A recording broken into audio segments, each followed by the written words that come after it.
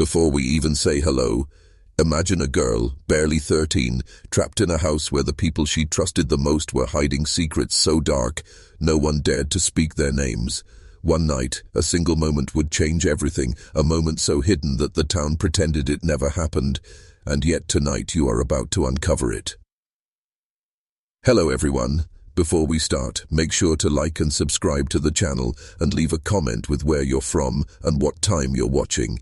That way, YouTube will keep showing you stories just like this one. She was just a child, but her world was already fractured. The house she lived in seemed ordinary from the outside, painted white, with a small swing in the yard, curtains fluttering in the wind. But inside, the walls whispered stories no one wanted to hear. Every creak of the floorboards, every closed door, carried weight. And in that weight, she began to understand that the people she called family were not who they appeared to be. Her little brother was only a few years older, a boy who should have been her protector, her companion in the quiet world of their childhood games. Instead, he became the embodiment of something forbidden, something the adults around them pretended did not exist. Fear began early, creeping into her room at night, hiding in the shadows of closets and under beds. She learned quickly that silence was safety, and that speaking out would unravel more than she could imagine. Neighbors smiled and waved when she walked past, strangers to the horrors within those walls. Teachers praised her for being polite and quiet, unaware of the storm brewing in her life. It was a world of appearances, of normalcy, meticulously maintained, while underneath the lines between innocence and violation were erased, one secret at a time. This story is not for the faint of heart. It is a truth buried in a toe's memory, locked away behind polite nods and unasked questions. And tonight you will follow her through those hidden corridors into the moments that marked her childhood forever. You will see how the most ordinary houses can contain the most unimaginable darkness, and how a single act, one night, can ripple across a life and a family in ways that time can never fully heal. Her days became a careful balancing act, a dance of pretending while the truth waited quietly in the corners. She learned to read the subtle cues, how her little brother looked at her, the sudden silences when adults walked into a room, the hurried conversations that stopped as soon as she entered. It was as if the entire house was complicit, each person playing a role in a secret so twisted that even the walls seemed to strain under its weight. School offered no real escape. While other children played games of innocence, she carried an invisible burden. She couldn't talk about what happened, couldn't ask for help. Fear had taught her lessons older than her years, lessons about compliance, about how to shrink herself to avoid attention. And yet, even in that shrinking, a spark of resistance flickered. Deep down, she knew this was not right. Deep down, she understood that the world she lived in was broken in ways no one would admit. Her mother, the figure who should have been a shield, was strangely absent in these moments of terror. It wasn't overt neglect. It was something subtler, a blindness, or perhaps a willful ignorance, that left her alone with the boy who was both brother and predator. The boundaries of family had blurred, leaving her trapped in a maze with no exit. Every glance, every whispered command, every small game was a reminder that her life was no longer her own. Evenings were the hardest. As night fell and the house settled into quiet, she could feel the tension pressing against her chest. The little noises, the scuff of shoes on the floor, the creak of a door became warnings. She learned to anticipate, to hide, to become invisible. And in those moments, she began to understand something terrible. Sometimes the people who should love you most are capable of the deepest betrayals. This chapter of her life was not just a personal tragedy, it was a story that reflected something darker lurking beneath the surface of seemingly ordinary families. It was a pattern repeated in silence, a hidden inheritance of fear, shame, and secrecy. And as we follow her story, it becomes clear that what happened within those walls was only the beginning. The consequences would echo, leaving marks not just on her life, but on the people around her, and on the town that pretended it never existed. By the time she was 14, the weight of that one night, and the nights that followed, had settled into her very bones. Childhood, in its simplest sense, was gone. What remained was vigilance, a constant awareness that any misstep could bring attention, suspicion, or punishment. She learned to move quietly through the house, to anticipate the moods of those around her, and to hide her own growing terror beneath a carefully practiced mask of normalcy.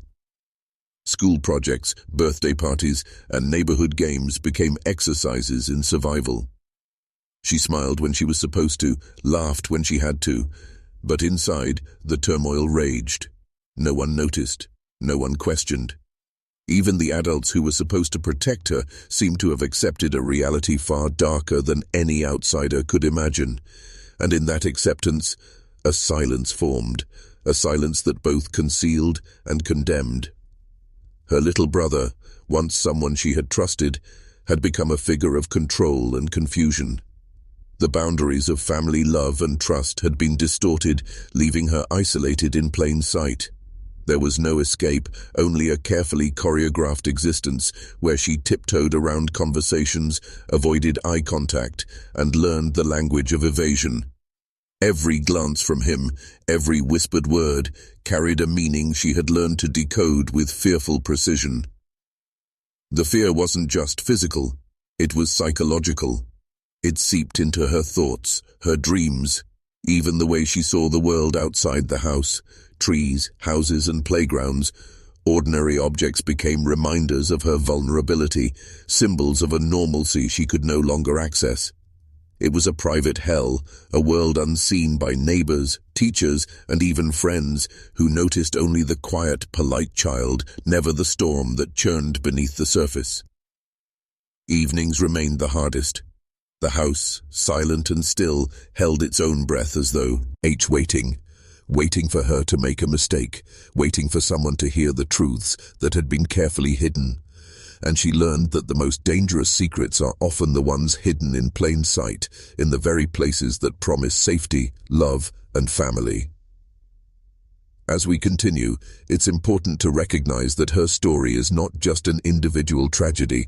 It is an example of how fear, shame, and silence can become inherited forces within a family, shaping lives in ways that are almost impossible to undo.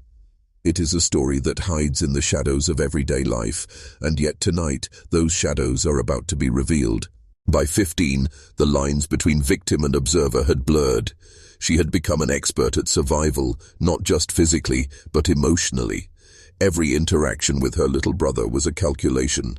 What could be said, what could be done, and what had to be endured silently. She learned that silence was her shield, compliance her only protection.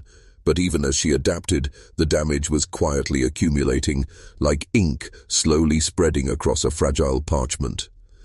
Her world outside the house began to show cracks as well.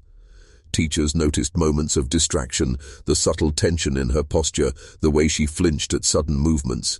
Friends sensed a distance, a quiet sadness that no amount of laughter or conversation could penetrate.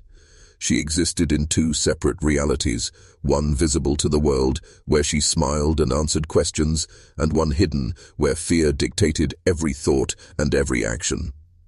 At home, the rituals of control continued. The little brother, emboldened by secrecy and the blind complicity of adults, maintained a presence that was impossible to ignore.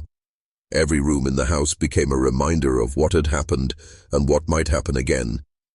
Even ordinary household sounds, a closing door, a distant voice, the rustle of curtains, triggered a physical and emotional reaction, a reflexive awareness of danger that had become second nature. Her mother remained distant, or perhaps unwilling to see.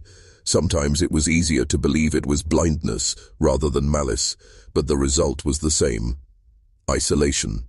She had no protector, no advocate, no one who could intervene when the lines between right and wrong were obliterated.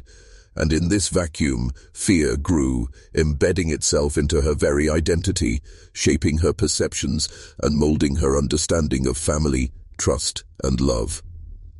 This stage of her life was critical. The trauma was no longer a singular event. It had become a pattern, a recurring storm that shaped every decision she made. Every smile she offered, every word she spoke was filtered through a lens of survival. She learned to mask pain with politeness, horror with humor, and despair with routine. The outside world remained blissfully ignorant, while inside, the quiet house continued to harbor a secret that could destroy anyone who stumbled too close. It is at this point that we begin to see the ripple effects of such secrecy, not just in her own development, but in the intricate web of relationships around her. This story is about more than one girl, one brother, or one house. It is about the hidden darkness that can fester in any family, and the ways in which ordinary appearances can conceal the extraordinary horrors beneath. By 16, the consequences of those early years were beginning to manifest in ways no one could ignore. Her body and mind carried the weight of experiences far beyond her age. She moved through life cautiously, each interaction carefully measured, every word and gesture filtered through a lens sharpened by fear. She had learned that family could be both a refuge and a trap, a paradox that would haunt her for years to come. The little brother's influence had become an unspoken law of the household. He wielded control not with threats alone, but with a quiet, omnipresent authority, an understanding that the boundaries of right and wrong were fluid within the walls of their home. She learned to anticipate, to preempt, to adapt, but the toll was invisible to anyone outside. Teachers, neighbors, friends. They saw only the polite, compliant girl. They could not see the silent negotiations happening in her mind with every step she took. Her mother, though still present, seemed resigned to the patterns that had emerged. Whether it was denial, fear, or complicity, the result was the same. No intervention, no rescue, no acknowledgement that her daughter's innocence had been stolen. And in that absence, she grew a resilience forged in shadows, a careful, calculated awareness that would guide her decisions, for better or worse, for the rest of her life. It was during this time that the first signs of the broader impact appeared. Her interactions with peers became strained. Friendships were tentative, always held at a distance. Romantic attention, curiosity from boys, even casual interest from classmates triggered a confusing mixture of fear, shame, and mistrust. She had learned to mask herself so completely that few, if any, could detect the trauma lurking beneath the surface. Yet even in the darkness, small moments of clarity emerged. She began to document, internally, the events that had shaped her, mental notes, fragmentary memories, whispers of truths that she longed to speak aloud. These moments were fleeting, hidden within a careful armor of compliance, but they marked the first stirrings of a will that refused to be entirely crushed. Her story at this point is no longer just one of victimhood, it is a portrait of survival under impossible circumstances. It is a study in the human psyche, in how fear, secrecy, and abuse can intertwine to shape a young life. And as we continue, the ripple effects of these hidden horrors, how they affect identity, relationships, and the very sense of self, will become impossible to ignore. By 17, the girl had become a master of concealment. Her life was a delicate balance between outward normalcy and the invisible chains that bound her inside the house. Every gesture, every glance, every word was carefully measured. She had become an expert at hiding fear, at masking the trauma that had been inflicted upon her. What remained hidden, though, was not just the abuse, it was the long-term effect it had on her mind and spirit. Her little brother's control persisted, subtle but absolute. It was not always overt, not always physical. It was the knowledge that someone you should trust could violate the most sacred boundaries of your life, and that the rest of the world would remain oblivious. She had internalized this, learned to live within the constraints of his presence, and shaped her entire existence around avoiding his attention when possible. But even in avoidance, the scars were forming, scars that would remain invisible to outsiders, yet visible to anyone who knew where to look. School became a stage where she performed the role of the quiet, obedient girl. Friends noticed her politeness, her attentiveness, her remarkable ability to blend in. But they did not see the vigilance beneath it, the constant calculations, the mental mapping of threats and safety within every environment. She had learned to compartmentalize, to live in layers, one for the world and one for the horrors that no one dared to name. Even within the family, Tensions simmered. The adults were either blind or unwilling to confront the truth, leaving her to navigate a minefield of emotions, loyalties, and fear. And as time passed, she began to understand that silence was both her shield and her prison. The very skills that kept her safe also ensured that the abuse could continue, unchecked and invisible. It was in these years that she first began to question the notion of family, lie itself. The people who should have nurtured, protected, and guided her had failed in ways so fundamental that she had to redefine trust, love, and loyalty from scratch. Every interaction outside the house was filtered through this new lens, a cautionary worldview shaped by betrayal, manipulation, and secrecy. Her story at this stage illustrates the hidden consequences of abuse within a household, a psychological terrain shaped by fear and silence. And as we continue, the events that follow will reveal how these unseen forces not only shaped her adolescence, but set the stage for the life-altering consequences that would follow. By 18, the consequences of years spent in silence and fear had become undeniable. Her body had grown, but the trauma remained etched deep into her mind and memories. She navigated the world with caution, always aware of the potential for betrayal, always anticipating danger, even where none existed. It was a survival instinct born not of nature, but of necessity. The little brother, now older, continued to exert influence in subtle ways. The power he held was not just physical, it was psychological. Every glance, every whispered suggestion, every movement of the household was imbued with his presence, and she had learned to anticipate, to avoid, to respond without giving him the satisfaction of knowing he had control.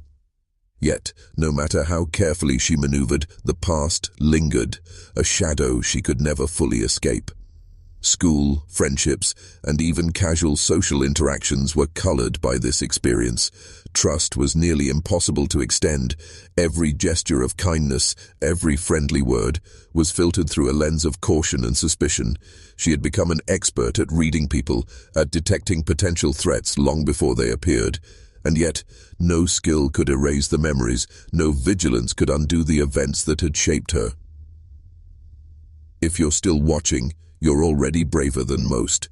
Tell us in the comments, what would you have done if this was your bloodline? The adults in the household remained passive witnesses, complicit in their silence. Whether out of denial, fear, or something darker, they had allowed a pattern to continue unchecked. And in that silence, she had become both prisoner and protector of her own survival, forced to carry burdens far heavier than anyone should bear. By now, her story is not only about abuse, it is about the insidious way trauma shapes identity, memory, and perception. It is about the consequences of silence, the ripple effect that one act of betrayal can create, and the deep scars left behind, invisible to the world, but indelibly written into the life of the victim. As we move forward, the impact of these years will become even more apparent, revealing the complex web of fear, secrecy, and survival that defined her adolescence. By 19, the consequences of those years had matured into something more than memory. They had become a framework for how she interacted with the world. Her life outside the house was a careful construction, a facade of normalcy that concealed years of fear, trauma, and manipulation. Every choice she made, every step she took was filtered through the lens of survival, honed by the silent, relentless influence of her little brother. The household remained a place of quiet tension. The adults, whether out of denial or fear, had never intervened. Their inaction had reinforced the invisible rules that governed her existence, rules she could neither fully resist nor entirely escape. Each day she spent in that house was a negotiation, a calculation, a test of endurance. And the psychological imprint of those interactions was profound. She had learned to anticipate betrayal, to mask vulnerability, and to carefully ration trust, even with those who wished her no harm. Friends and peers noticed her restraint, her politeness, her ability to remain composed in social situations. What they could not see were the invisible scars beneath the surface, the hyper-awareness, the subtle tension in her posture, the guardedness that had become second nature. She had learned to become invisible when needed, to blend in when required, and to retreat into the private recesses of her mind, where the truth of her experiences remained safe, if only from the world outside. It was during these years that she began to realize how deep the impact of secrecy can run. Abuse and fear, when hidden beneath the veneer of normalcy, do not simply vanish.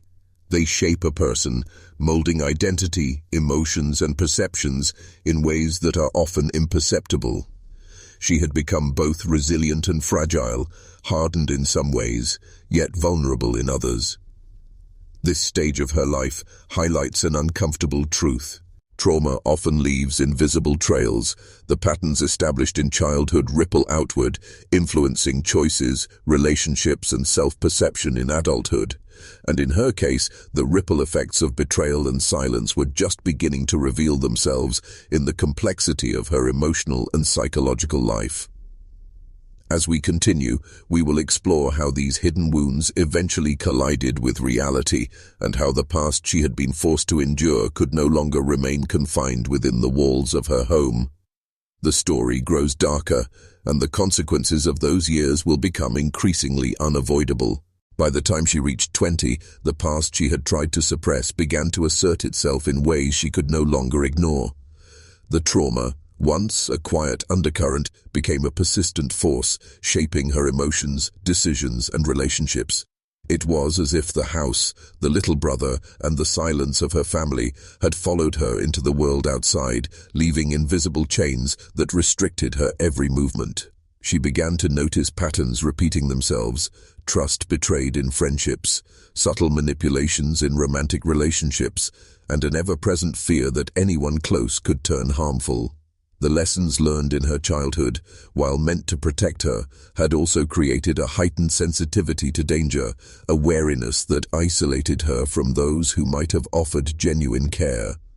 Even moments of happiness were tinged with doubt, as if she had been conditioned to expect betrayal at every turn. The house, however, remained the epicenter of her life's darkest memories. Each visit, each lingering glance at familiar walls, brought an almost unbearable weight. The little brother, now fully grown, still wielded a subtle influence, a psychological hold that the world outside could not see. And yet, with time, she began to reclaim small pieces of herself, testing boundaries, challenging memories, and confronting the reality she had endured. Her mother, still silent or unaware, offered no guidance, no acknowledgement. That absence, that refusal to confront reality, became part of the tapestry of her experience, proof that even those closest can be complicit in silence. And it was within this silence that she understood one of life's harshest truths. Sometimes, the people meant to protect you are the very ones who allow harm to persist. This period marked a turning point. She could no longer remain entirely hidden. The patterns of abuse, the echoes of fear, and the long shadows of secrecy had become too pervasive to ignore. Slowly, carefully, she began to navigate her life with an awareness that while the past could not be erased, its hold over her could be challenged. Her story, at this stage, reveals the enduring effects of trauma, the ways in which hidden horrors ripple outward into adulthood, and the courage it takes to confront a history no one wanted to acknowledge. What follows will show how these shadows, once confined to a house and a family, began to collide with the reality she had been forced to face, setting the stage for consequences that could no longer remain silent. By the time she had reached her early 20s, the weight of the past had become impossible to ignore. What was once hidden in the corners of a house, whispered in hallways, or concealed behind polite smiles and closed doors, now demanded acknowledgement. She had spent years navigating a world shaped by fear, silence, and betrayal, and the effects of those years had left indelible marks on her mind, her body, and her very understanding of trust and family. The little brother, whose presence had once dictated the rules of her existence, remained a haunting figure in her memory. Time had altered the dynamics, but the imprint of his actions, the trauma, the fear, and the secrecy, remained embedded in her psyche. And as she faced the world, it became clear that surviving such a childhood required not only resilience, but a confrontation with the truths that had been carefully hidden for so long. She began the painstaking process of untangling herself from those chains. Therapy, reflection, and deliberate confrontation with memories allowed her to name what had happened, to recognize the manipulation and abuse, and to understand the consequences that rippled outward into every aspect of her life. It was not an easy journey. Healing rarely is, but it was necessary. The silence that had protected the family's secret had also imprisoned her. Breaking that silence became an act of survival, a reclaiming of agency that no one could take away. Her story is a reminder of the fragility of trust, the dangers of secrecy, and the resilience of the human spirit in the face of unimaginable violation. It exposes the uncomfortable truth that horrors can exist in places that appear ordinary, that betrayal can come from those who should protect, and that trauma can shape lives in ways that remain invisible to the outside world. Tonight, you have seen the hidden corridors of her life, the sands, shadows that shaped her adolescence, and the long-lasting consequences of a secret that a town refused to acknowledge. This story is not just hers. It is a testament to the strength required to survive, and the courage needed to confront truths that no one else wanted to see. And while the past can never be erased, recognizing it, naming it, and facing it is the first step toward reclaiming a life once stolen by fear, silence, and betrayal. This is the story of survival, resilience, and the enduring struggle to confront a history most would rather forget.